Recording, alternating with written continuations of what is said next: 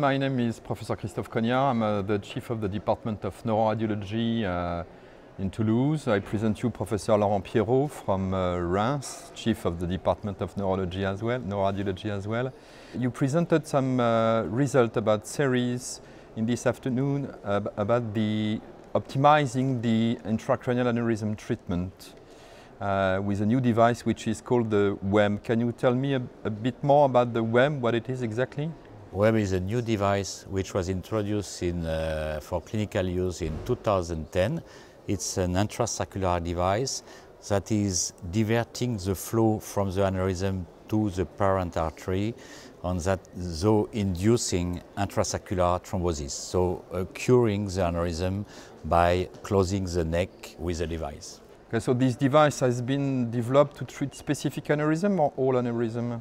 Yeah, this device was initially developed to treat a subgroup of aneurysms that is difficult to treat with regular techniques, which is the group of wide neck bifurcation aneurysm. It means that the entrance of the aneurysm is large and it's difficult to stabilize the device we usually use for this kind of treatment. So it was a specific population of difficult to treat aneurysm because of a large neck?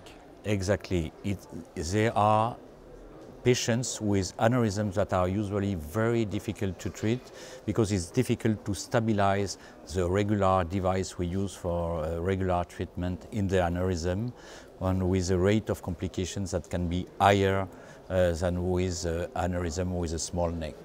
Okay, so what sort of clinical evidence do we have about the use of this new device? So what is interesting is that this device was evaluated since the beginning with several good clinical practice studies. These good clinical practice studies were evaluating different technical evolution of the device. There was two main evolutions. One was that at the beginning it was a two-layer device and now it's one layer, and also on maybe it's a main evolution, there was a decrease in size of the microcatheter used to deliver the device inside the aneurysm, which is indeed quite important. So what were the results of those different studies that have been done in Europe?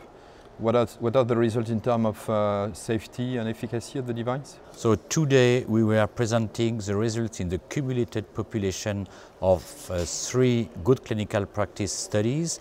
And analysis in this cumulated population shows 1, a very good safety of the device with no mortality, on very low morbidity, and 2, a very good efficacy of the device in terms of anatomical occlusion at 1 year.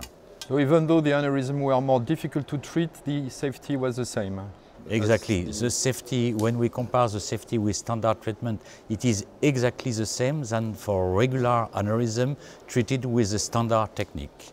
Okay, so there are new ongoing studies about the device? There are 2 studies ongoing. One in the US study conducted under the approval of FDA, which is WebIT.